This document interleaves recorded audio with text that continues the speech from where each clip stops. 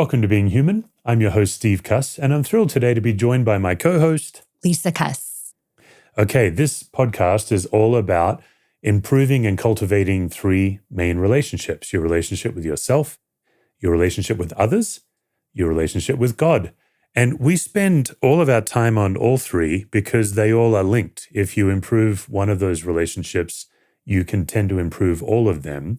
And I'm just going to talk quickly about others, because others is a lot of different people. When you think about your relationship with others, you have your people or your precious people. You have difficult people, which sometimes is the same group of people. Sometimes your family is part of your challenge. You also have a category of people, for now I'm calling them people with difficulties. They're not difficult people. They're in difficult situations. So the situation can feel overwhelming. Yeah, and the Bible has a lot to say about marginalized people, people in poverty. Okay, so these are the three main relationships: yourself, people, or others, and God. And we help you notice what's going on in those relationships, and we give you some tools on how to improve or cultivate those relationships. One of the things we like to do on this podcast each time is light the candle. We know that for us personally, sometimes faith can feel really intangible amidst all that's going on in us and around us. And so we like to take the time to light a 3-wick candle to remind us in a very tangible way of the presence of God in the form of the Father and the Son and the Holy Spirit. And seeing the flame, we're reminded of the presence of God with us and ahead of us. You know, the last episode I filmed was in Central Park in New York City, and I had my little travel candle. I was kind of thrilled the thing stayed lit the whole episode. I wasn't sure how that would go. Yeah. In Central Park. Central Park. And I had a guy 3 trees down. I just sat under a tree, and there was a guy 3 trees down practicing his trumpet. Aww, and I thought, perfect. I'll do my podcast there. That. All right, folks, today we're doing Q&A. We've been asking our audience if you have a question you would like to go ahead and submit them. We have 6 questions today. Let's just get right into it. Yeah, so the first question is, what is family systems theory and what is internal family systems theory, and how do they relate to faith? This is such a great question. Yeah, this is a big question. This could be a whole episode. But I appreciate the question, because if you're joining us and you're a recent audience of this podcast, you may not realize that we both operate from certain training. That's how we do our point of view. So my training is what's known as systems theory or family systems theory. If you really want to nerd out, some people call it living systems. The simple idea being, it's a way of teaching you to notice the anxiety in every room you walk into. I was first introduced to this theory when I was a hospital chaplain, and it wouldn't take much imagination to think about how helpful it was for an anxious young chaplain to learn to notice the anxiety as I'm walking in. And the simple idea is, if you can notice it, you are less likely to catch it and you're less likely to spread it. And my testimony, and I think a lot of people who have studied systems theory, our testimony is the biggest surprise was how much anxiety we had. Yes. How much we were bringing into the room and how much we're catching. Back when I was a chaplain, I used to assume that the most important thing was to focus on these people in the worst moment of their life. And I was surprised to discover that if I actually paid attention to myself, I could locate my anxiety, work on it, and then my chance of being connected to people in the worst moment of their life. I think it's fair to say that question, noticing anxiety in ourselves, it's a question we both hate. Right. And we love. Right. In the moment, it's when we hate to take the time to look at it. And over time, being able to notice it and do some work to diffuse it and lean into God with it is something we love. Right. Yeah. Right. So that's family systems. It's like an external, if you think about others. But then there's this other theory called internal family systems. Now we're in your wheelhouse. Yeah. So I've done training in internal family systems, which is originally developed by Dr. Dick Schwartz. And just as in a family system, you have all kinds of characters, right? You would have, even if you look at your own family, that you would have members of your family that hold different anxieties, that hold different opinions, that hold different experiences, that show up differently with different wirings of people or in crisis, that if we were to open kind of the living room to our soul and look inside of us, that we would also see parts that hold all kinds of concerns and desires to protect us. Sometimes it is helpful, and over time, sometimes it's not. And so internal family systems sees the core self, and through the lens of faith, we call this the imago Dei in us, or the spirit-led self in us, that when we are connected to God and when we can be strengthened by who he is in us, then actually within us, our core spirit-led self is a hope bearer to the other parts of us that can want to take over the driver's seat of our life, such as perfectionism, such as pessimism, such as people-pleasing, such as shutdown and detachment, that when we can be connected with God, then we can bring hope and compassion and healing to the rest of the system within us. Yeah. So when we use the word system, we really just mean group. Yep. So maybe you're in a system like a staff, a team. Maybe you're on a soccer team, for example. A family is a system. And then with IFS, there's parts inside you that all kind of operate as a system. What we're doing on this show is looking at coping mechanisms, particularly through the lens of anxiety, and how our coping mechanisms, sometimes our best attempt to solve a problem, becomes the problem. And so what we do on Being Human is help you notice when you go from being connected to disconnected. Sounds simple. It sounds simple, and it's deep work, and it's also, it takes time. Yeah. Doesn't it? Yeah. Like we notice that within ourselves. Yeah. Yeah. We're beginning to notice a whole lot more when each other is connected or disconnected as well. So. Yeah. Okay. So question number 2, we'll just get right into it. This is from David. David says, one question that I have wrestled with, it seems like when I read, for example, Ed Friedman's Failure of Nerve and think about the concept of differentiation, there's something that seems at odds with the gospel instinct to draw near to people or to willingly embrace that it would be costly, risky, etc. I guess the question is, how do you discern where that line is between a healthy gospel-based differentiation and where it has crossed over into being detached or cynical? Oh man, I love that question. That is a great question. Yeah, I love that question. I think what we can say is actually the work that you have done with differentiation lends itself more to attachment than, I would say, the differentiation that was brought up in Failure of Nerve. Yeah.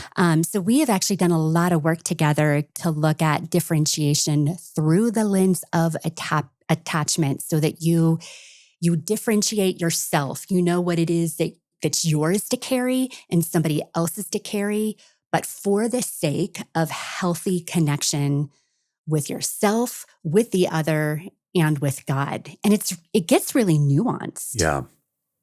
Yeah. I would also say there's some inside language in this question. So obviously David has a working knowledge of systems theory. For those who are less familiar, Ed Friedman, probably the most famous systems theory author, the most famous student because he studied under the founder of systems theory, Murray Bowen. So this book, Failure of Nerve, Friedman makes a case for differentiation that definitely kind of reads like detachment. Like he is kind of pushing people away. So yes, I would say that Lisa's study of attachment theory when she got her mental health degree was very helpful in both of us kind of figuring this idea out. I would say differentiation is actually for the sake of deeper engagement, fundamentally. And if you had to define differentiation for people who don't know, how would you define it? Oh, that's great. So differentiation is simply the ability to stop spreading and catching anxiety without detaching and running away. Yes. So it's while staying connected to somebody. So when I think of maybe a very difficult person, I would go the opposite of differentiation. One opposite is I would merge into them or enmesh with them. Yes. Maybe a way to think about that, if somebody's really angry at me, my brain tells me I must make them happy no matter what the cost.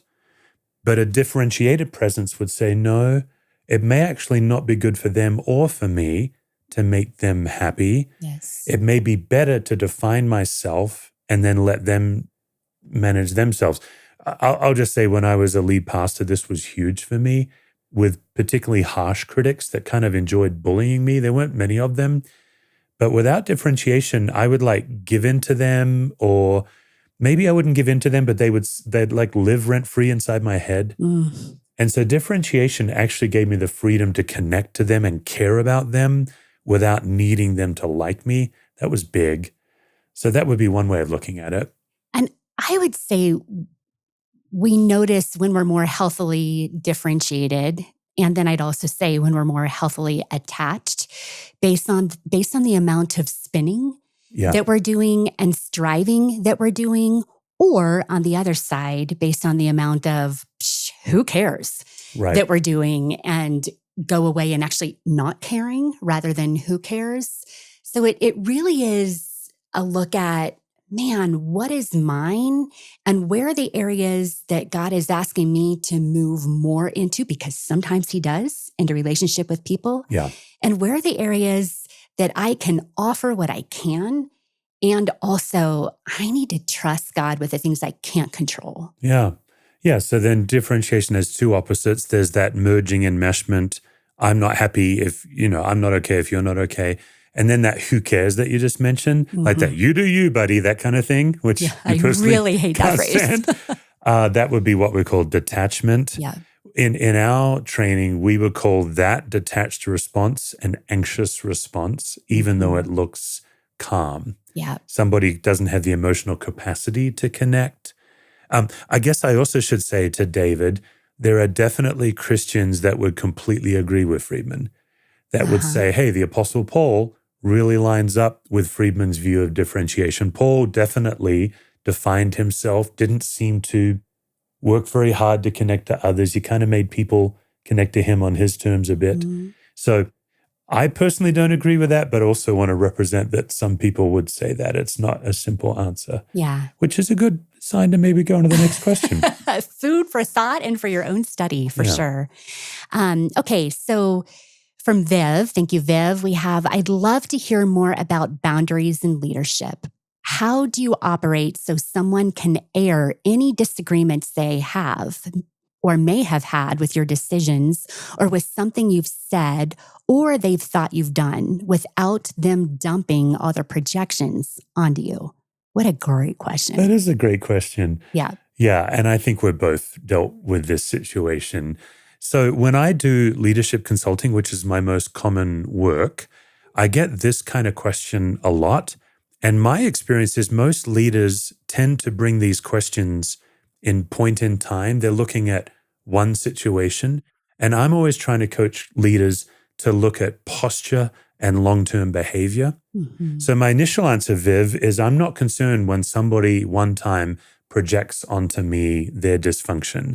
Maybe most commonly, they have a high mistrust of me because of past wounding from past leaders, and they're then projecting that mistrust onto me.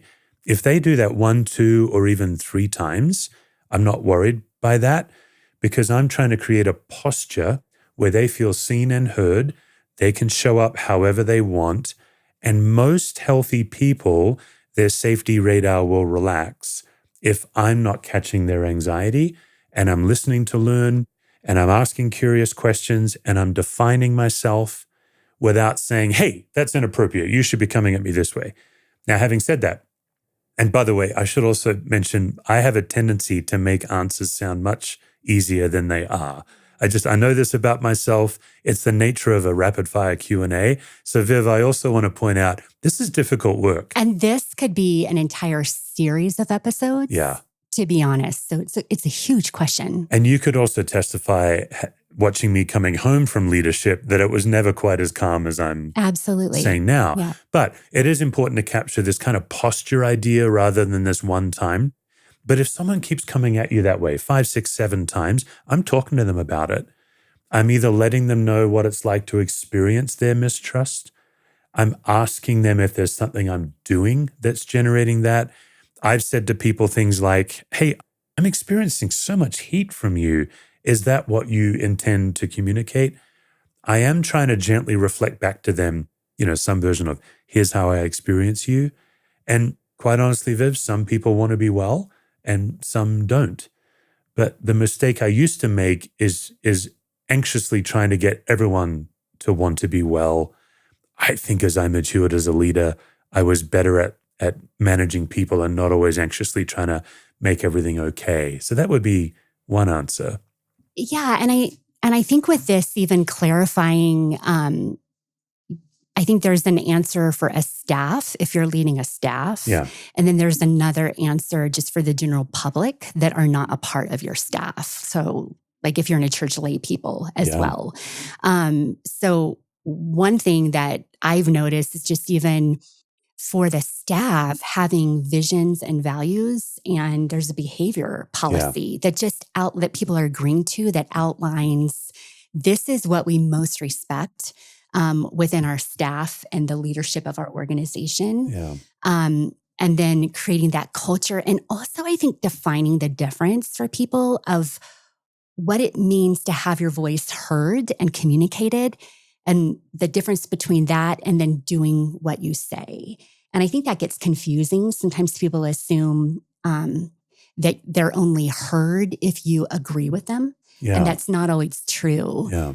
But what we're talking about is the culture where people can come with their concerns and they will be listened to.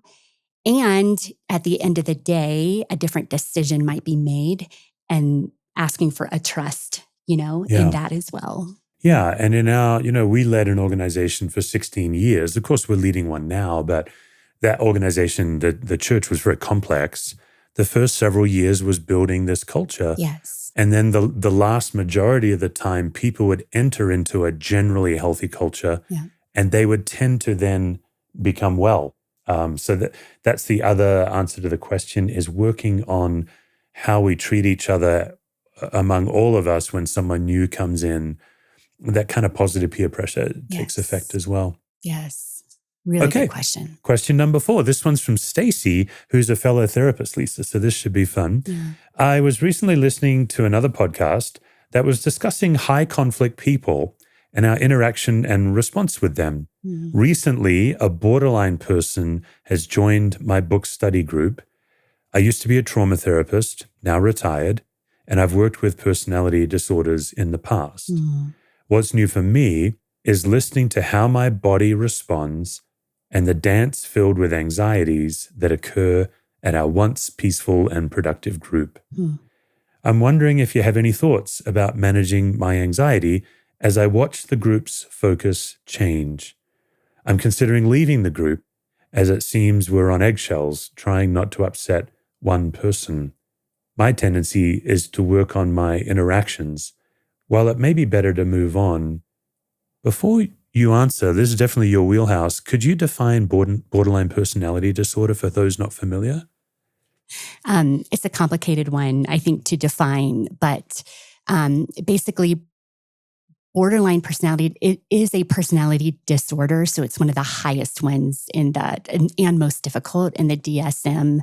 But it also means that due to somebody's experience, that they're not able to see outside of themselves and are going to move toward quickly, and then also cause a lot of hurt because their needs that they have are not realistic, and they're going to assume mistrust. And so this person that is not healthy and is not doing work, I might add, is really hard to stay in relationship with, and will break relationships very often in their life. This could be very difficult. Yeah. So here we have a book study and a new person that supposedly has borderline personality disorder. Let's assume so, because the person asking the question is a trained therapist. Mm-hmm. My tendency, I'd like to get your take on this. My tendency is to protect the group against the one. That may not be right all the time, but I would tend to try to keep that person on a short leash. If they misbehave, I'm probably meeting with them right after the meeting and saying, we don't do that here. What I'm trying to do is put the anxiety back on the person generating it so that the rest of the people aren't carrying it. The problem with someone who's borderline is they'll probably blow everything up and leave. And in my math, that's not always a bad thing. But what's tricky is that borderline person needs a gospel community. What's going on in you as you hear this? Oh, I mean, first of all, I just want to say to this lady, wow, what work you've done, that you're taking the time to notice what's going on inside of you and the dance inside of you, and that there is a desire to connect both ways. And that's, that right there is just, it shows your years of work, I think, that you have done within yourself and with other people, and that this is not an easy question at all. It's interesting. And I think I would go outside of the rule of family system and actually have a conversation with the original group outside of the new member and just name that this has changed things, and together decide and pray about it. Does this mean that the mission of our group has now changed? Or does this mean that in a group, we're going to continue to call each other back into the original goal of connection and care for each other equally, versus the change of focus? So that's one idea. I'm just going to jump in. I really like this idea. I was in an executive leadership group. The person who was generating most of the anxiety was not borderline. But I love your advice here, because I did pull the two key leaders of the group aside and just say, have you noticed this pattern? Can you help me redistribute the anxiety? And that really helped, that there were three of us in the group working on it.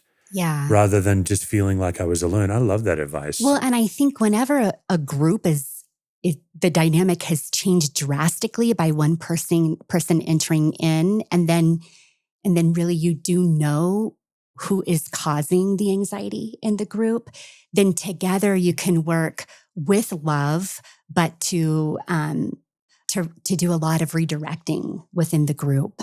And then at the end of the day, you're right. There is always the option to leave the group if it's not your calling at this place and time, and something else is, and you're sure of that, even for your own health. I do believe that God has people in mind to walk alongside each person, and sometimes just because you're a therapist, it doesn't mean it's you, and that can really bring a lot of relief. And also, there are professionally trained, obviously Stacey knows this, but for our audience, there's groups that borderline people can go to for help. Absolutely. I guess one thing we would say, Stacey, we're not so much talking to you as maybe the broader audience. It does seem like somebody with BPD has a low chance of change. Yes. And I think it's helpful to know that. Yes. But then, yes, there are a couple of options. Putting the anxiety on that person, having more people in the group manage it together. And at the same time, growth is possible. Yeah, it's possible. Yeah. But it's helpful to know it's less likely than an average human. It's a harder road. Because in the church, I think we say, well, we just keep loving and loving and loving, and not realizing that if somebody's not self-aware and not wanting to be well, you're in a tough pattern. All right. Yeah. Question number 5. All right. Well, the second part of this question is, what is the church's role in dealing with mental illness, as most well-meaning lay people are not trained therapists? And I think that statement in itself is very important for churches to hear, and for the outside church to hear as well, that the church is called to love and care and provide options, perhaps refer. But the church is called to even define what their role is and what it's not. And it is not to be trained therapists. Right. So we highly recommend a referral network, to where people who want deeper help or who need it can get what they need. And then the church can walk alongside in love, and love can look a variety of ways. Right. Yeah. This is another question that could be a whole episode or episodes. I think this is such an important question. When I was going through seminary to get my Master's of Divinity, which I'm always uncomfortable because I now have mastered divinity. It's such a weirdly named degree. Yeah. But basically, the MDiv is this very broad master's degree that involves psychology. Mm-hmm. I had a great counseling professor, and he actually made us make kind of a chart of what can the church do? What can a trained professional do, like a therapist or a psychiatrist? And to be really comfortable, not when I say staying in our lane, that doesn't mean minding our own business, like, hey, buddy, stay in your lane. It's just getting really clear on what does the church offer. And we offer, I think, amazing assets for mental illness. Yes. We offer collective worship. You do not have to be alone. We offer community, a welcome place, a listening ear, care, like there's all these things. Mm-hmm. But he was also coaching us to have like a red flag in your brain when, because you feel a need to help somebody, you cross into an area you're not trained in. Yes. And I think there's that. The other thing the church can do that we practice at our church, and I'm proud to say our church still practices this, the church can host the conversation. Mm-hmm. Maybe your average congregant doesn't know what to do, but your church can host community conversations, workshops. We've done this a lot. We have. And like, for example, several years ago when teen suicide was really escalating, our youth minister and our local partnership pastor partnered together to bring in Christian specialists to speak to anyone in the community. And just by hosting the conversation, we really got a lot of appreciation. Just that we were on all sides, compassion for the person who is struggling with mental illness and the people who are caretakers walking alongside. And I do just find myself, honestly, with tears, wanting to say, if you're listening to this and you are someone who is diagnosed with borderline personality disorder, may you know that you are deeply loved and that there is hope, that this is not an episode that we want to make an us versus them in mental health, but this is how can we find hope and healing together, both for those who are struggling with mental illness and those who are caretakers. Right. Yeah. That's a really good word. Yeah. I think before we get to our last question, the final question about mental health in the church, as a pastor, when you study church history, the church was always on the front lines of the biggest needs in society. Yes. It was the church that founded universities for the sake of literacy and education. The church founded adoption. Hospitals. Hospitals, Yes. right. I think this is another societal issue that, yes, we are amateurs, but we can still be leading out. I know in our leadership of the church, our therapists who are congregants, our occupational therapists, our social workers, I'm talking our congregants whose vocation was these fields, they loved when our staff and our preachers would acknowledge their work as kingdom work. They loved partnering. They loved advising our staff. So obviously we both get passionate about this, but I do think there's so much that amateurs can do while still so-called staying in our appropriate lane. Yes, I agree. Okay, last question. This one came in anonymously, unless somebody's name was Anon. Probably not. That would be unfortunate. Okay, I would love to hear some discussion of parenting the final years of teenage and into young adulthood. I'm right there with 15, 19, and 20-year-old girls and a 22-year-old son who's married and just had our first grandchild. Anon, congratulations. The kids are doing well, but I also feel like we're navigating new waters. Anxious opportunities abound. Oh my gosh. I feel like we're right there with you, minus the grandchildren right now, but just the change from teen years to adult years. Yeah. And I think the first thing that comes to mind is the very fact that you are asking that question shows that you are really aware that dynamics are changing and there is a posture already that things are changing, and it means sometimes we show up differently. So we may need somebody who is in their 60s answering this question. I just want to name that right now. We're a couple of youngsters for this question. For this question. Yeah. I will say what is coming to me again and again in this season, where the letting go feels more important right now than I think any other stage of life, Yeah. is just being real clear on um, what is mine, as far as, well, let me just say the difference between control and influence and concern. And that, where are the ways that I can most influence my children in this stage of life? Because I have very little control about their choices, their thought processes.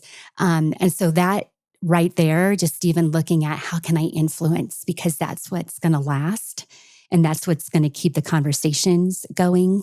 And then that means that there's surrender that we have to do with the things that we still want to control or the areas of concern for us.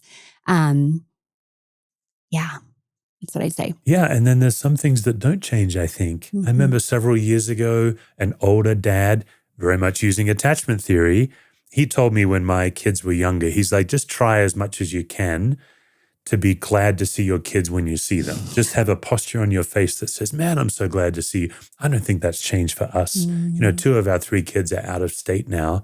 And then as a dad, I think my kids' need to know that I'm proud of them has gone up. Oh, I would agree. I think. But at least I'm trying to be more intentional about it as they're now making adult choices, just to show, man, I'm proud of that. Man, you're doing well.